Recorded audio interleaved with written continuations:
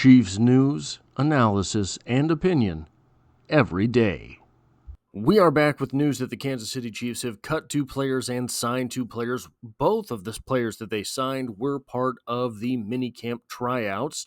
Getting breaking news on the minicamp tryout players, I was hoping for Tanner New to make the roster. That is not the case, but an offensive lineman has been signed.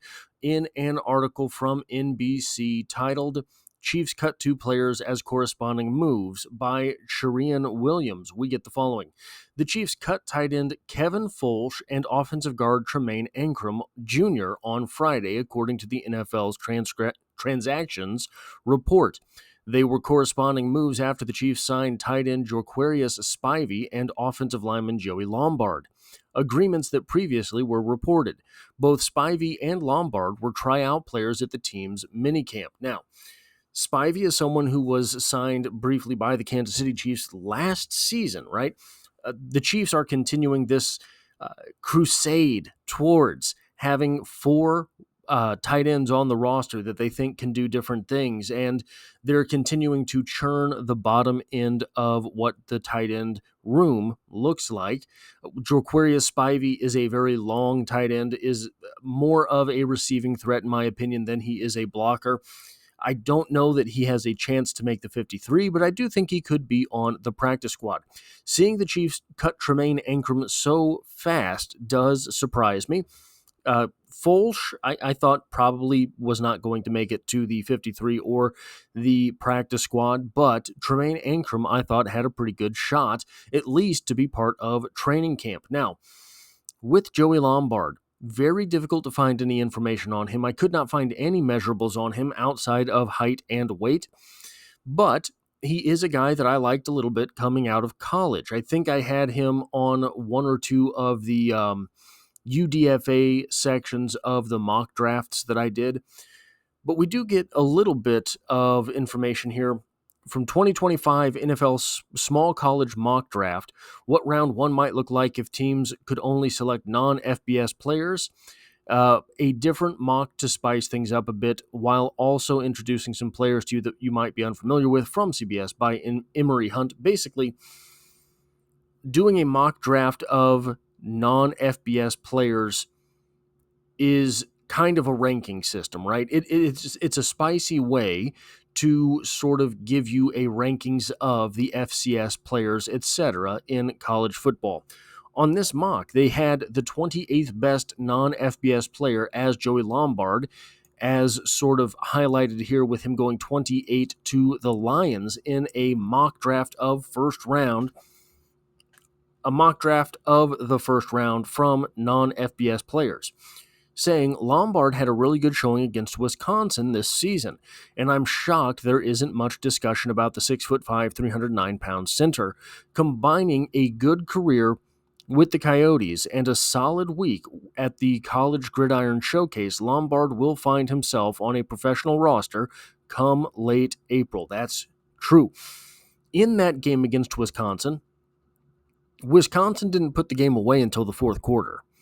The South Dakota team was very competitive, was especially competitive early on. They fell into a 14-point hole, but they dug back. I think at one point the score was 13-20. So they were competitive in that game, and a large part of that was the play of their offensive line. I would say in particular, center Joey Lombard. So what are the Chiefs getting with Joey Lombard? Well, I have some notes on him here. I couldn't find any measurables on Joey Lombard, but I would be interested in seeing his hand size because he throws a tight spiral back to the quarterback from that center position, and that's underrated.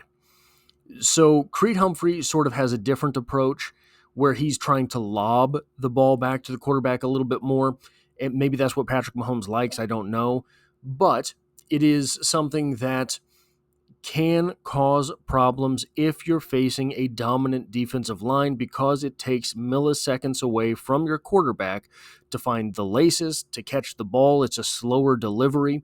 Joey Lombard gets it back there. I mean, it's a tight spiral. It looks like a Steve McNair pass. I mean, it's just right back there. I will say that he is very mobile. he's very good at the transition from snap to movement.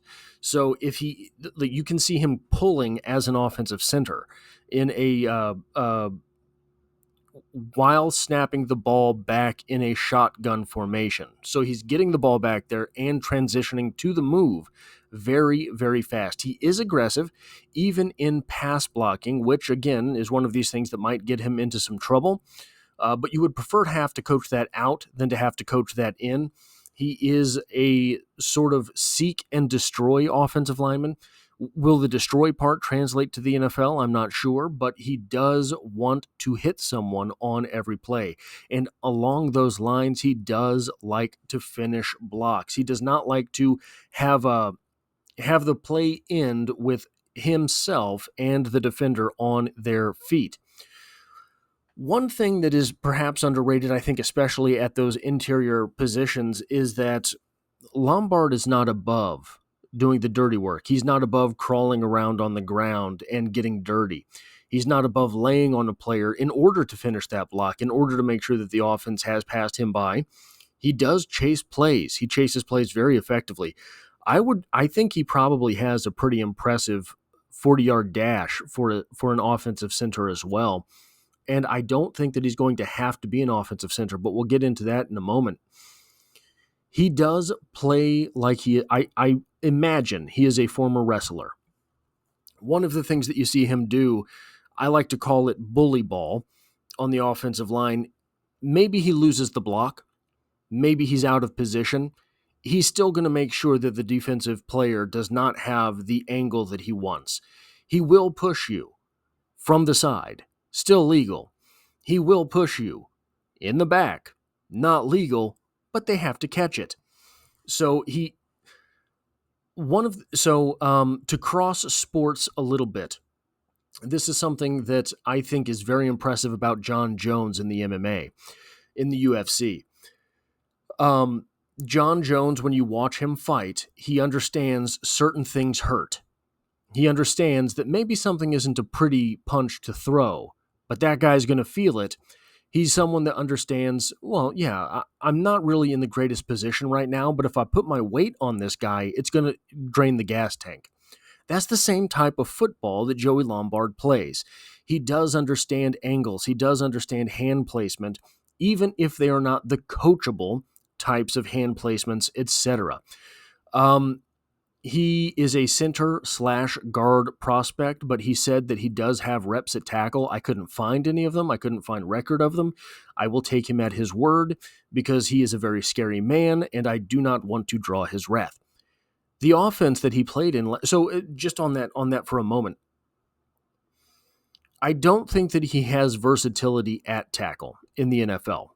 But the fact that he was asked to do that at the college level shows the type of athlete that he is, shows the type of versatility that he has.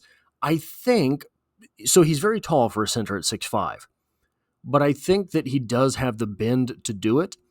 I think that he does not have to play offensive guard because of his height. I don't think he has the versatility at tackle. He's one of these guys that oftentimes I would be sort of tempted to say he's going to get a shot at tackle. He's going to have to play himself into a center. I don't necessarily think that is the case. I think that this is an offensive center because of the things that he can do from that position that are difficult to do, snapping the ball and getting on the move, delivering that tight spiral back to the quarterback, being able to be upfield as a center in a running play. He shows all of the things that you would hope a guy who is a long shot to make the roster would do. The offense that he played in averaged 7.6 yards per play last season. Now, that's not just because of the center, obviously, but it shows that he is used to being part of the type of team that does have success. And it would be nice to see a guy with the last name Lombard hoist the Lombardi Trophy. One of the small things that is worth mentioning, because this is the Kansas City Chiefs, he mentioned Jack Cochran as one of the best players he played with and against in in college. So very interesting there from the standpoint that Jack Cochran has been in the NFL for a while for the Kansas City Chiefs as a UDFA. That is what I have for this video. If you like or appreciate what it is that I do here, hitting a like button really does help me out, as it tells YouTube to share this video with other Kansas City Chiefs fans. If you find yourself here by chance but not design, the Chiefs are the only thing I talk about, having dropped a video about the Kansas City Chiefs every day, at least one, for over 2 years now. And as always, I hope to have you back for the next one.